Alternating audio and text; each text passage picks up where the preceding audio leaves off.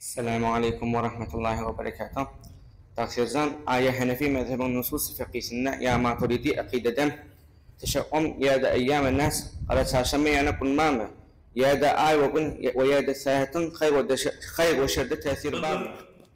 Türkmenlerin arasında da, Arapların arasında da orada da şim diye de, şimpele diyeler de. Şunu soruya darlanacağım. Ay diye, falan gün diye bize şehitler diye, töretmeler diye.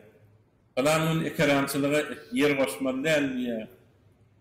Bir Türkmenlerde de vardı, Araplarda da varmış. Bir yere varanda hayvan, sağdan sola gitse yerine kaydı verirmiş. Ay iş olmaz mı? Bu terzine gitti hayvan. Bir tilki şağal soldan sağa gitse anne işimiz ravaş bolar. Ol Araplarda da varmış ya bir sürü atlı var şimpel diye. Bu atlı İslam'da yok. La şomel la şomel masiye. Şimlik günahın şimliği. Başka günün tesiri yok. Allah tebareke ve teala bu günde bir hasiyeti koymandır. Falan gün çok günün vardı sana bela olsun. Ya mesela 3 yıl vurdatmın bela insin başına seni giriftar etsin. Yok. O cürüzat İslam'da fakat öz masiyetin, öz günahından geliye bidirekli. Günden hem gelmeye, yerden hem gelmeye, başka zattan hem gelmeye. O zatları bir vakit her Çengiz'in doğrusunda olmaz şimdi ol. Her o vadarında şu an ben sizi kırıp öldürüp yiyorum. Şu Hudaydan geliyor mi? Menden geliyor mi diyen olmalı. Hudaydan geliyor deyse de öldürüyor olmalı. Senden geliyor deyse de öldürüyor olmalı. Ahir bir İsfahanlı bir civan ben şuna cevap verecektir. Senden hem gelmiyor, Hudaydan hem gelmiyor, özümüzden geliyor deyiptir de. Özümüzün bedbahtliğimizden sen bizim başımıza musellet olayan deyiptir de. Her zadı öz elimizden zaharal fesadu fil barri vel bahri bima kesebet eydin nas. Deryada dedi de bidereklik yüze çıktı, adamın ödeden işinden yüze çıktı.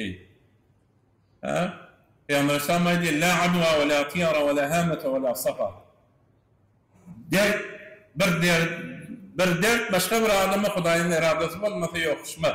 Hudayın iradesi, hatta görünüp durun derden Hudayın iradesi olmasa yokuşmaz. Yani görünmeyen belaya o ödeyerinde. Ya mesela hâmet yok. Ay bir adamı akvetsen kanunlarlığını, ay şunun kanunlanmasan onun peynisinden baykuş dörep, mudam kabının başında kıyırıp duruyor.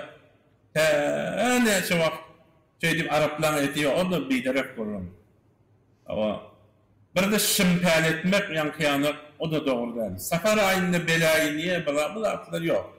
Peygamber Aleyhisselam deyiptir, bu atları etmem. Hemişe beladan beterden Hudaya soğud edip durmalı. Rıca safar ayda başka vasıtlarına emniyet verilirler diyor. Safar ayda aslan hiç meriden bulmasın bir adam. Tesadüf adam az olsun. Başka aylarda olsun kem olsun.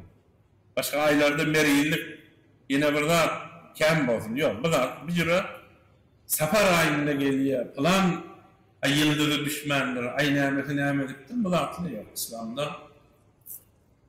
Şimpenlenmek yok.